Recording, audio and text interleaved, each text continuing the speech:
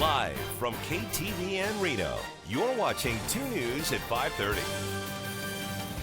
We need to have a balance between employment-generating uses and residential development. The city of Sparks is looking at how it'll manage growth in the future, including how new buildings could lead to higher road costs. That is our 2 News big story at 5:30. A recent study shows that the amount of revenue generated by new development in Sparks is less than the cost to maintain the new roads.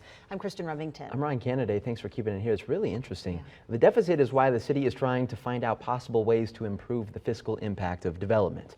Paul Nelson joins us now live in Sparks. So, Paul, what did you find out?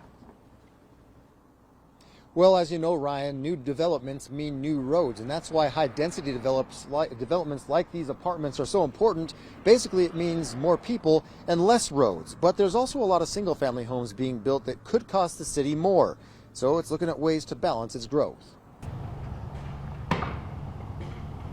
The new developments in Sparks are a sign of progress, but the city has to find ways to serve those areas. A study shows the cost of road maintenance because of those buildings will exceed the general fund growth in the years to come. Over the 20 years, the difference between the positive and the negative is about over $13 million. Ornelas says the city's population is expected to grow by 22 or 23,000 residents in the next 20 years, about a 1% growth rate, and employment is expected to grow 1.4%.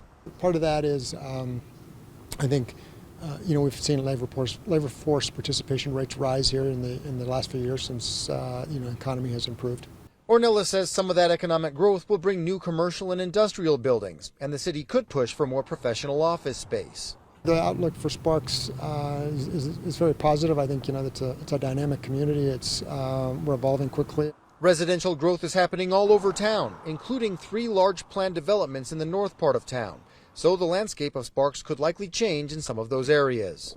Those 3 planned developments still have a lot of vacant land, but it has infrastructure and there's land use approvals for it. And so what you will see over the next 20 years is a lot of that area fill in.